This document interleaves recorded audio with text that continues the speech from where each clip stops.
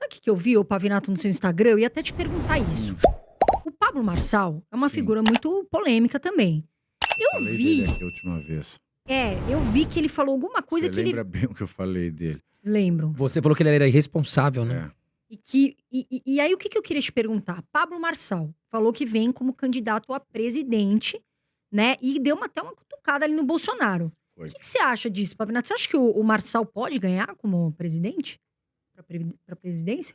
Olha, E continua com a mesma opinião, que ele é irresponsável também? continuo, claro.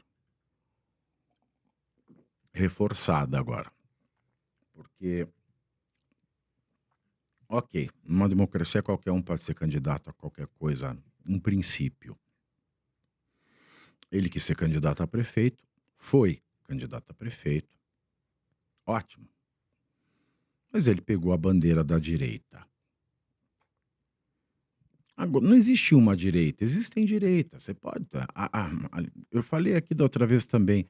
A diferença entre a esquerda e a direita é que na direita há o campo para divergência, porque divergir é científico, divergir é democrático. E esse negócio de coletivizar em torno de um líder, isso é coisa de marxista, é coletivismo. Então não tem problema nenhum você ter várias direitas. Aliás, nós temos até várias esquerdas, mas uma se destaca. Só que o Brasil é um país que nós temos um número de analfabetos e analfabetos funcionais muito grande. Nós não lemos. A nossa educação formal é uma tragédia. Não sabe o que é direita e a esquerda. Então, nós transferimos a paixão que o brasileiro tinha por time de futebol para o debate político. Então aí vem o primeiro problema. Isso virou uma questão de time. O time da esquerda e o time da direita. Com isso, a direita perde, já começa perdendo. Por quê? Ela teve que se coletivizar. Ela teve que se ter a característica daquilo que ela luta contra. Fala galera, o pai agora vai cuidar da saúde, né? Tá vendo esse printzinho aí, ó? Isso aí foi de ontem, viu? Mais um saquezinho aí nesse projeto. É quase 600 reais por dia. Nossa, quase é quase 600 reais por dia, tá? Quer saber mais? Chama o pai aí no direct. Que o pai vai te passar mais informações. Eu não tô usando filtro. Bom, vai, clica logo aí nessa bagaça. Isso é um problema muito sério. Porque se isso não muda ao longo do tempo, você tem uma esquerda que se chama direita. Da mesma maneira que o STF diz que esta ditadura enrostida que nós vivemos se chama democracia. Basta você esvaziar o significado, a palavra do seu significado, e falar, aqui o Brasil é uma democracia. Por quê? Você não consegue explicar por quê. Só porque alguém está falando que é uma democracia Então, muita gente que se diz direita hoje é coletivista como um marxista. E isso não é ser de direita. Esse é o primeiro ponto. Aproveitando desse cenário, o Marçal, que não é bobo, é um sujeito muito esperto, ele, olhando aquele cenário, ele diz, eu quero ser o cara da direita em São Paulo.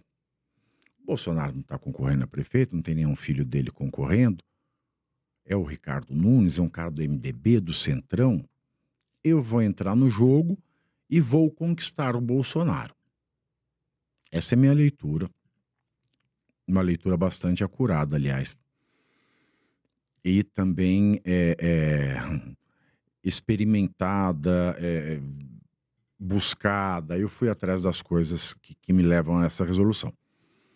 Acontece o seguinte. No Brasil existe um troço que chama sistema partidário. Quem paga o aluguel do partido tem a chave da porta.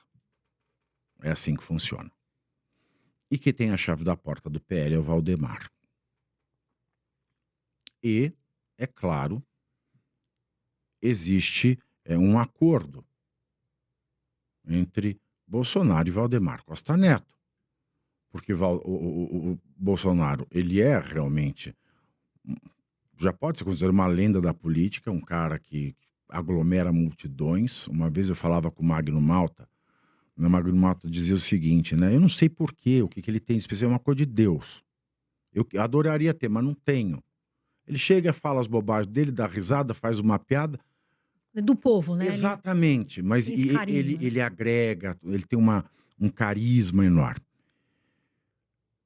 Aí o Pablo Marçal achou que talvez o Bolsonaro não fosse uma pessoa de palavra. Eu vou conquistar o Bolsonaro e ele vai me apoiar deixando o Valdemar falando sozinho, Valdemar Costa Neto. Valdemar Costa Neto de direita, de esquerda, não sei. Não, Valdemar Costa Neto é Valdemar Costa Neto. Ele Mas é ele tem a chave cacique, ele é do dono de um PL. partido. Exatamente. Partido grande. Exato. Um partido grande por conta do Bolsonaro, muito Sim. em razão por conta do Bolsonaro. Então, existe um acordo ali de cavalheiros. E tem uma piada velha que dizem que se você vai fazer um negócio, você escolhe um político ou um bandido. O povo fala um bandido, porque o bandido ele tem o código de palavra. O político não. Então até nisso o Bolsonaro ele se difere, porque existe um acordo ali e ele vai cumpri-lo. O que é muito nobre da parte dele. Então ele não conseguiu. Não tendo conseguido, e como ele é uma pessoa que não volta atrás, até para não desvalorizar o produto da pseudo-PNL que ele vende, que é aquela questão de vai, a vibração tem que atingir não sei o quê, a loucura foi escalando. E quase deu certo. Ele ficou em terceiro por Quase, pouco, não, né? por conta dele. Ele se lançou como ele falou naquela último vídeo, o Bolsonaro é o Saul e eu sou o Davi. Ele se lançou como um substituto do Bolsonaro. O Bolsonaro estava encastelado, enfeitiçado pela bruxa chamada Valdemar, e ele era o novo Bolsonaro. Mesmo que o Bolsonaro não pudesse reconhecer, ele era o novo mito da direita. E ele conseguiu isso. Porque ele tem um apelo popular muito grande, a questão do sucesso, a questão da mudança. Exato. De não usar o dinheiro público na campanha, né? Ele apelou muito pra isso. Mais Ser ou cristão, menos, né? Falar de mais ou menos. Foi pouco, mas teve, porque o PRTB, ele teve 4 milhões de fundo eleitoral, que não é nada perto dos outros partidos, mas estranhamente, 600 mil reais desses 4 milhões vieram para a campanha de São Paulo, para o escritório de advocacia do presidente do PRTB em São Paulo. O que foi feito com esse dinheiro, eu não sei. Se a campanha dele não teve 1 centavo de dinheiro público, eu não sei o que foi feito com esses 600 mil que vieram a reboque da campanha dele. Então, nenhum centavo, né? 600 mil para mim é muito dinheiro. Perto de nenhum centavo é uma diferença grande. E ele conseguiu. Quando, no 7 de setembro, eu olhava a Paulista, que eu estava no caminhão principal, Marçal estava eleito. Marçal estava eleito ali. Era uma onda de Marçal, de boné, de M, com gente simples, gente mais estudada, rico, pobre, homem, mulher. Marçal estava eleito prefeito de São Paulo no dia 7 de setembro. Aí ele fez a primeira besteira.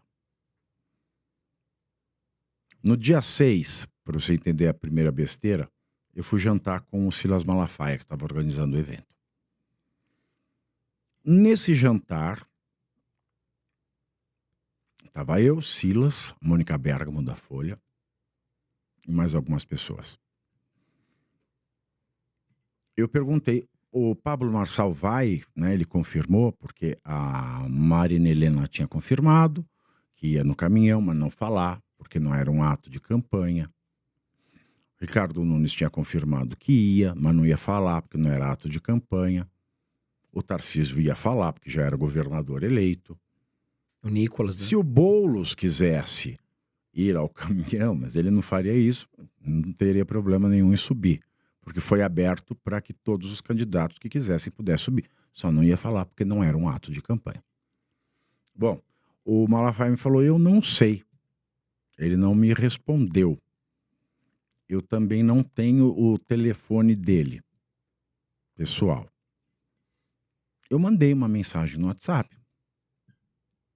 Falei, eu vou mandar, eu pergunto. Tentei ligar, mandei a mensagem para a assessoria. Falei, olha, estou aqui jantando com o Malafaia, ele quer saber por quê. O esquema de segurança ali foi um esquema de segurança pesado. Portanto, fechou-se o tráfego aéreo, porque o governador e o Bolsonaro estariam em cima de um caminhão. Uhum. E é claro, o esquema tático de segurança para entrar e sair do caminhão e o perímetro em volta do caminhão para que o governador e um ex-presidente que sofreu um atentado contra a vida pudessem entrar e sair sem risco, era uma coisa bastante complexa. E por mais que todo mundo saiba quem é o Pablo Marçal, sempre tem um assessor, alguém que vai junto, alguém que vai filmar, esposa, não sei. Então você precisava de duas pulseiras diferentes, uma para entrar na área restrita e outra para entrar na área restritíssima. E eu não sei se alguém da Polícia Federal, enfim, esse era o procedimento.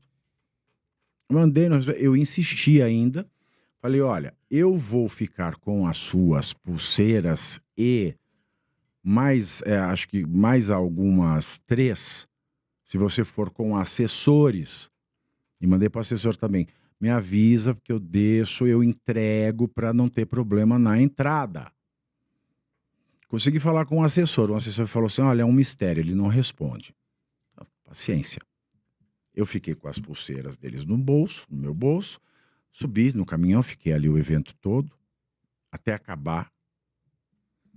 Quando acabou, ninguém me respondeu o WhatsApp, ninguém retornou minha ligação. Ponto. Quando o evento acabou e o cara falou muito obrigado, ele e o pessoal que estava com ele bateram, no interior a gente fala, bateu um carrilhão, deram uma corrida até lá.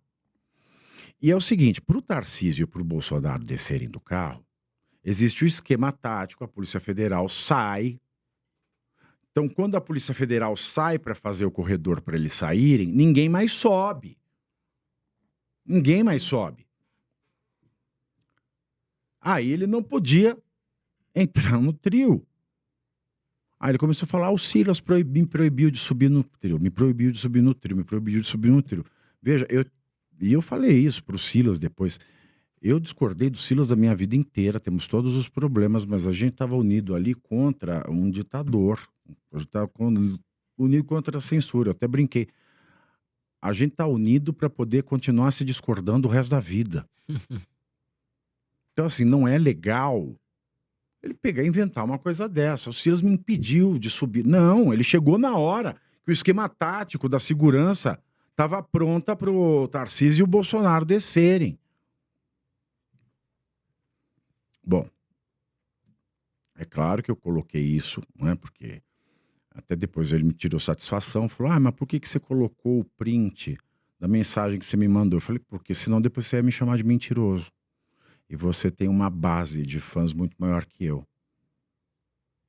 Então, aí já a coisa já começou a amornar.